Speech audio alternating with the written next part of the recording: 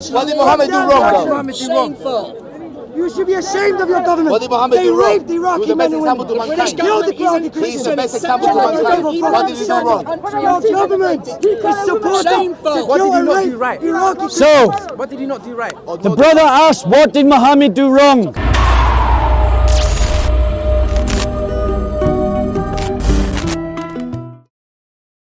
What did he not do right as well? He married a child, Right? That was mature. and I'll prove to you, ladies and gentlemen. 9 years old. 6-year-old. A 6-year-old. No such thing as a mature 6-year-old. Have sex with her. When did he marry her? When she was mature. No. Yes. What's a nikah?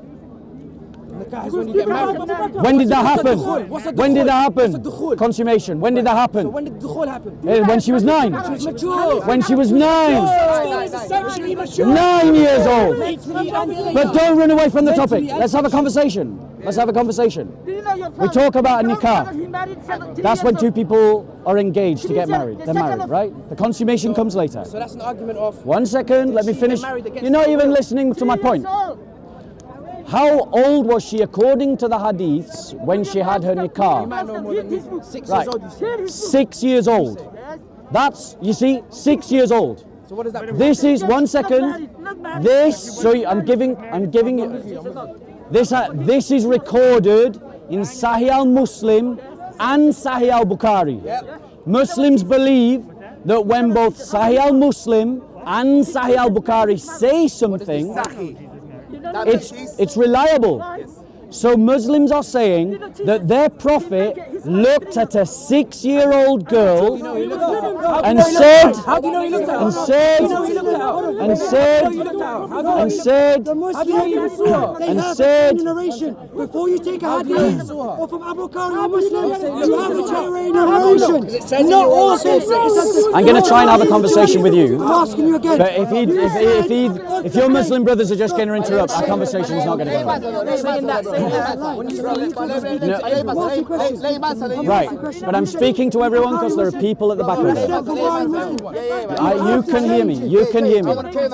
You can hear me. Me and you are going to have a conversation. No, it's true or not? Conversation is that it goes backwards and forwards. The volume of my voice How do you is irrelevant to whether we're having a How do you conversation. do it? Okay. We're gonna answer that, but let him answer.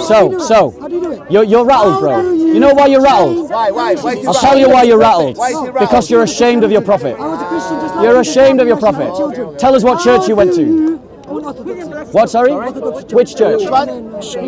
Which church? Which church? Which church? Church. Orthodox. It doesn't even know which church he went to. Never practiced it. Doesn't even know which He's a church he went nominal to. Christian, not a believer. It doesn't, Learn it the didn't, difference, yeah, Muslims. yeah. Nominal Christians are not real Christians. So, what So, are the ones that rape your let me have this children? quick They rape your conversation with you. No, they're not Christians. So the nikah, let's be clear, a nikah is a marriage, I already know that, bro, is a marriage contract. No. And the hadith say Which hadith? that the marriage contract happened hadith? And how between does- Muhammad and Aisha when Aisha was 6. Where did you Now get let that? me ask you this question.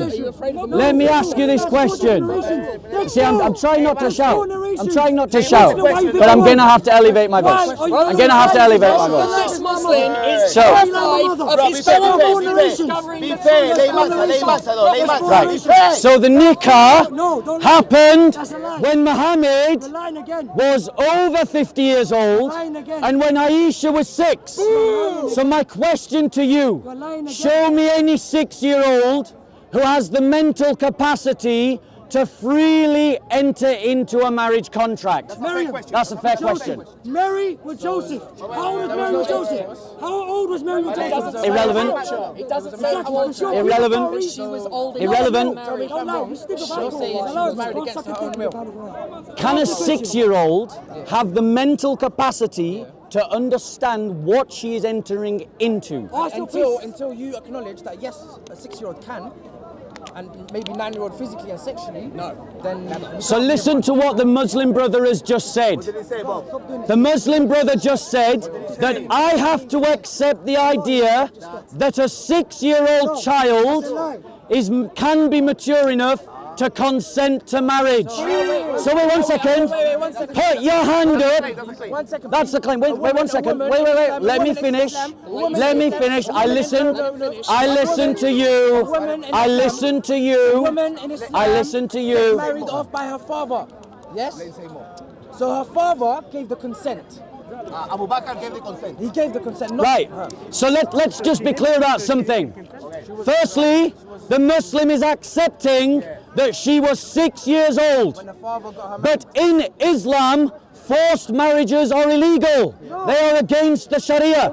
He says no. Why was it forced? Now here's what the question is: why was it forced? Why was it false? Can you hear me, sister? Where's the evidence? The question is, I'm going to speak to you because I'm being shouted at. It's a lie. So the question is, why was it forced? You are lying. Because Aisha could not mentally cognate That's a lie. what a marriage was at 6 years old. She was a child. She was playing with. So let me ask all the Muslims, Ask me. put your hand up if you would marry your 6-year-old child to someone who was over 50 years old. Put your hand up. No hands. No hands. So let me ask the Christians. Put your hand up if you would marry a 6-year-old to a 50-year-old man. No hands. So everybody agrees that 6-year-old children cannot consent to marriage. But they are saying it was true for Aisha. So a woman in Because they're Islam, not even if she's 40 and they're years not old, all Christians.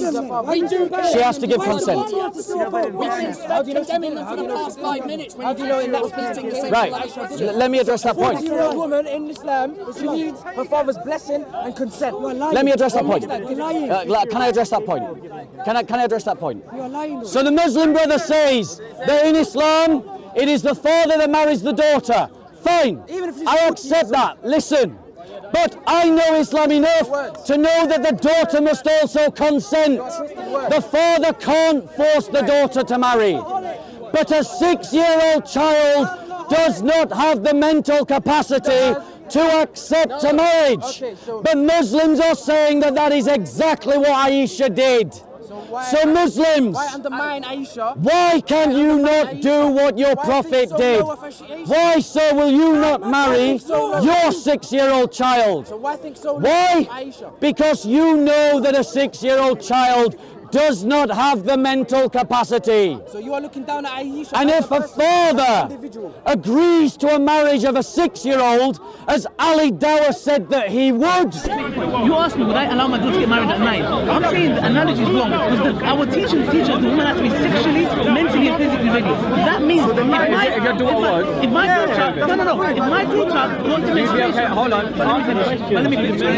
If my daughter reached the age of menstruation at 9 years old, I would say you are ready. One second, you are ready to get married. However, it's forbidden for me to force her. If she says, Dad, I don't want to get married. All right, no, but say she does. what child at 6 years old can turn around to her father, her mother, and her entire community and say, no, So you are I looking don't down- want to marry this old man. So you are looking down at Aisha and you think she is not capable as a woman at 6 years old. As a woman at 6, did you hear that? Muslims, there is no such thing as a 6-year-old. There is woman. no such thing as a 6-year-old woman. That is what Islam has led you into. Young woman.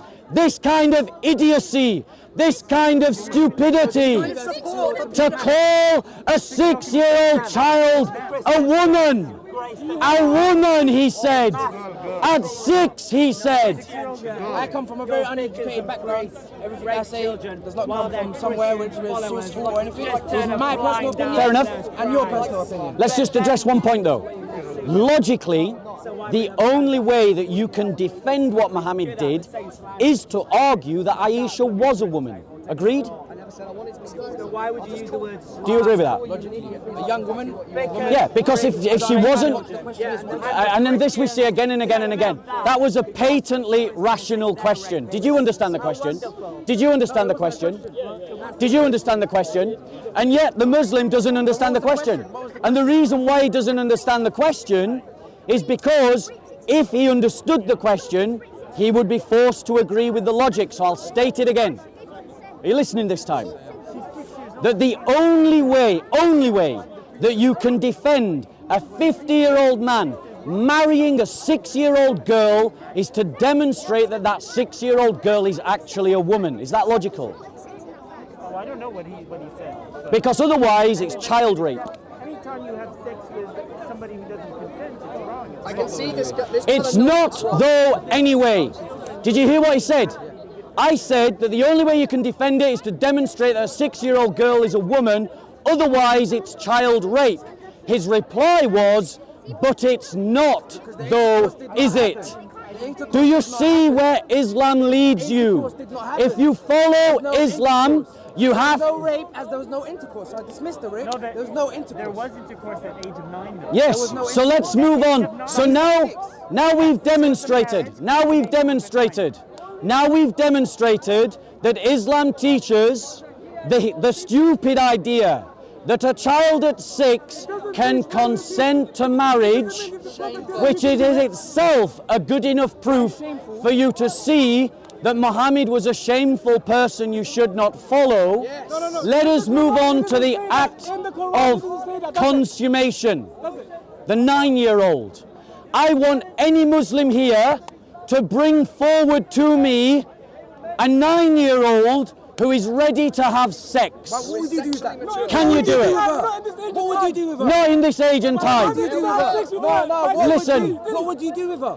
Why are you asking for that? I would have. Let me ask this. No, he's running away. But listen, listen, guys. He ran away and called me a dirty. But who has he actually just called a dirty? Muhammad. Because it was Muhammad that had sex with a 9-year-old child, not me. I have not had sex with a 9-year-old child. But in his mind, he heard that I don't know how, but he heard that that's maybe what I was considering. Because he said, what would you do with her? What would you do with her? And he was disgusted when he thought that I might have sex with a 9-year-old child. So in other words, he's disgusted with Muhammad for having sex with a 9-year-old child. As he should be. As he should be. So I applaud him for being disgusted at the thought. But what does that tell you? It tells you that your conscience, which was a gift from God, is what you should follow, not the hadiths that were made up by ignorant Bedouin Arabs who went on to invade and enslave, to rape and to desecrate around the entire world in the 7th century and justified it by putting their actions onto a man in the 7th century. Deres Volt! Deres Volt! Deres Volt! Deres Volt! Answer the question of why did you ask for you to be bought a 9-year-old girl that is mature? I will ask you that question because there isn't anyone anywhere who will bring a 9-year-old child and go on camera and say that this 9-year-old child is ready for sex. So the father, No one. So the father does not know his child enough, number one, whether to understand. So you know Aisha better than the father, is what you're saying, right? Yes, I am saying that I know You're here, as he was there. I know as a categorical fact that 9-year-old children are not ready for sex. But because of his religious sources, the hadiths, he is trying to argue that a 9-year-old was ready to have sex. That's where Islam takes you. You agreed with me when you We have something better. You said categorically, you just agreed with me. Thank you. Right, I'm going to prove him wrong again. No, you agreed with me. Because we know that in the past, everybody was just as ignorant.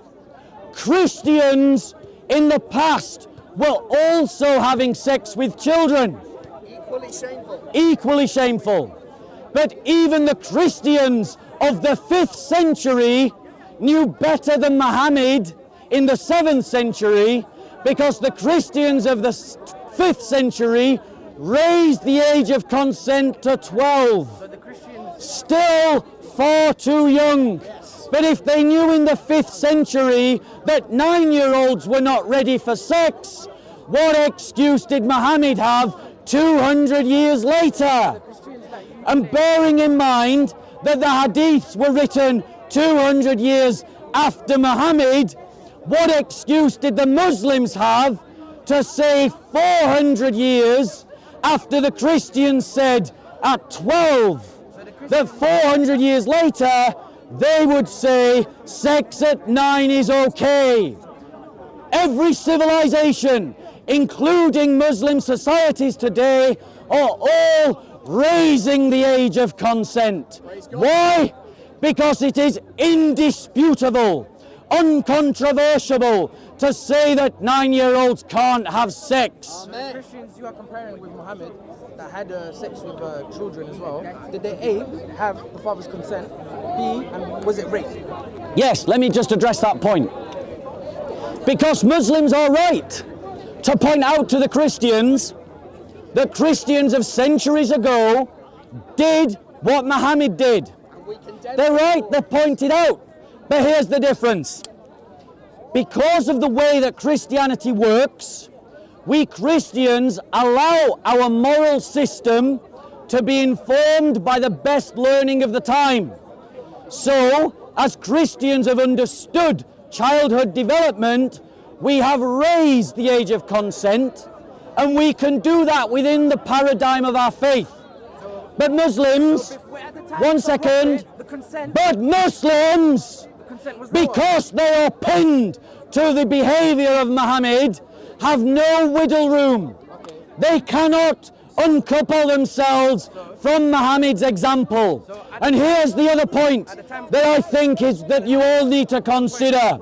At the time of the Prophet, The Christians of yesteryear, we do not hold them up and say that we need to follow their example.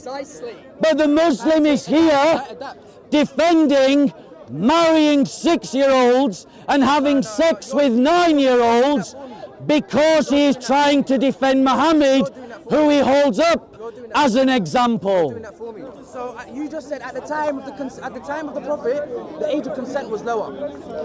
Yes, Okay, so what makes that rape? What did the Prophet do wrong? the age of consent was rape, and the reason why it was rape is because it was also rape back then. Why was it rape? Who says it was? Because a 9-year-old child is physically and biologically not ready to have children. The stupid, ignorant, backward, vile, disgusting attitude that says that if they can bleed, they can breed is a disgusting, backward attitude. Father's consent is necessary. And I have no shame in saying that. Father's consent is necessary in Muslim. And so is the child's consent. Yeah, a 9-year-old child is really just a tiny little, So how not even a teenager, you know. A child cannot consent to marriage. Muslims, there is no such thing as a sexually mature 9-year-old. There is no such thing. There is no such thing as a 6-year-old woman. They don't even go through puberty. A 6-year-old woman. Put your hand up if you've known a child at 6. Child at 6, yeah. Put your hand up if you've known a child at 6. Everyone put your hands up. Right. All known 6-year-old. Now keep your hand up if you think that that 6-year-old child was ready to get married. Put your hand down. Put your hand down. None. Put your hand down. Nobody. No one. So they admit that my argument is valid. He said yes. She was ready to get married. So not this- intercourse. Do you hear? And the age of consent was a lot lower. Yeah. And categorically, women are not ready at that time. So listen to what the Muslim said because of his example. A Muslim in London in the 21st century has just said that he knows a 6-year-old child ready to be married. Now here, no, not here. What happened? Back in the day. Put your hand up. Aisha was ready. Back in the day, Aisha was. So what has changed about 6-year-olds in the 7th century. Categorically, you said categorically, girls are not ready to get married, and women are not ready to get married at 9, and girls are not ready to get married. Yes, we stand by You know that. what I mean, right? Yeah, we categorize. Yeah. Yeah, that's categorically. So you're saying the categories have changed? No, I'm saying you do not know Aisha better than her father. Okay. Better than the people at the time. So the father. Bro, guys, we're going to have to bring this to a close. We're just making the same points. But guys, in closing, what you have just heard in quick succession is one Muslim. Furthermore, I'm going to let you speak to them because I feel like I wrapped it up when I spoke. Okay, you finish. You make a final point, and then I'm going to make a final point. I did. Okay, so now I'm going to make a final point.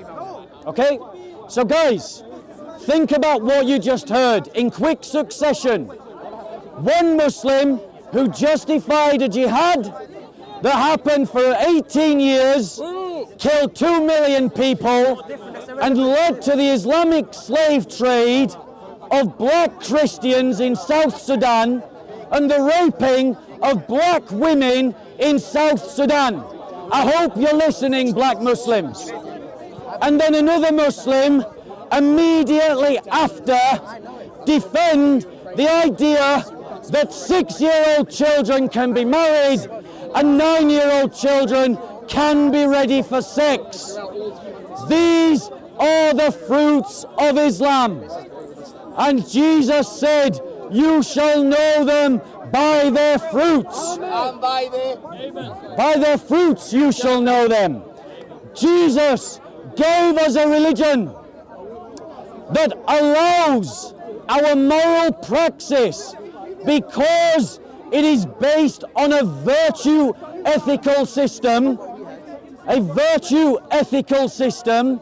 to be informed by the best knowledge of the time, which means that Christians of yesteryear can do something that was wrong because they were ignorant of better information. I'll give you an example. I will give you an example. Christians of the industrial age had no understanding of ecosystems. They were ignorant and they did not understand the impact of industrialization on the environment.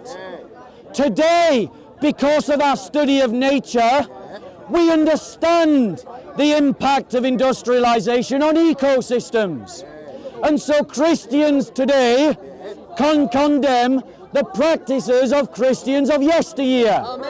And that is the same as with the marrying of children. But in Islam, they are pinned to Muhammad.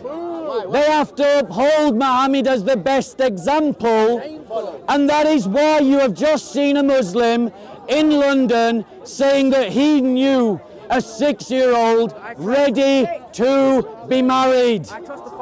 He is saying that he knows a 9-year-old child ready for sex. The difference is in our ethical systems. Muslims copy Muhammad in ethic and form. Christians copy Jesus in ethic alone. And so I invite you Muslims to a better religion, a better deen, a better way of life than Islam, to be a disciple of Jesus Christ. Praise his name. Amen. Christos Anesti! Christos Anesti! It's nice talking to you. Nice, I am. Okay, bro. I just want to please put this in as well. I don't come from any educated background or anything. That's totally fine. And it's not something that I've been taught. Okay. It's not something that Muslims do. It's how I justify it for myself. And it's not what I said. It's not speaking for me. Fair enough. What I would encourage you to do, bro, is to reflect on what you've heard today. And if you accept that my arguments are valid, when you go away and you go and research it for yourself, if you accept my arguments are valid, and I encourage you to look into childhood development, then you will see that you can't follow Muhammad. I accept that you have had some valid points, and times change as well. Like then, now as well. That I accept, and you've had some very good points. So I feel like this conversation might carry on. Okay, you're more than welcome to come back and talk to me again. It's a pleasure speaking to you. God bless. So guys, think about what you heard. Without any prompting, these were not right-wing actors. I didn't pay them, they're not stooges. But you heard one Muslim defend a jihad that killed 2 million Christians. 2 million Christians. And he wouldn't condemn it. Enslaved black Christians, and he wouldn't condemn it. That raped black Christians, and he wouldn't condemn it. If you cannot fight against that ideology, I curse your house, I spit on your feet, because you are a coward. And the Bible says that cowards go to hell. It's in Revelations, go and check it out. You Christians are morally obliged by our Lord Jesus Christ to oppose this ideology. That wimpy, virtue signaling, yellow-bellied, spineless kind of club Christianity that's middle class that we have in the West, that's conflict averse. You're the kind of Christian that allowed that jihad to happen against our brothers and sisters. And you need a slap around the face to wake up out of your fantasy and daydream. Christians, the liberal state will not help us. The United States will not help us. The UN will not help us. The EU will not help us. Russia will not help us. The only people that are going to help us are ourselves. Organize, train, mobilize, resist.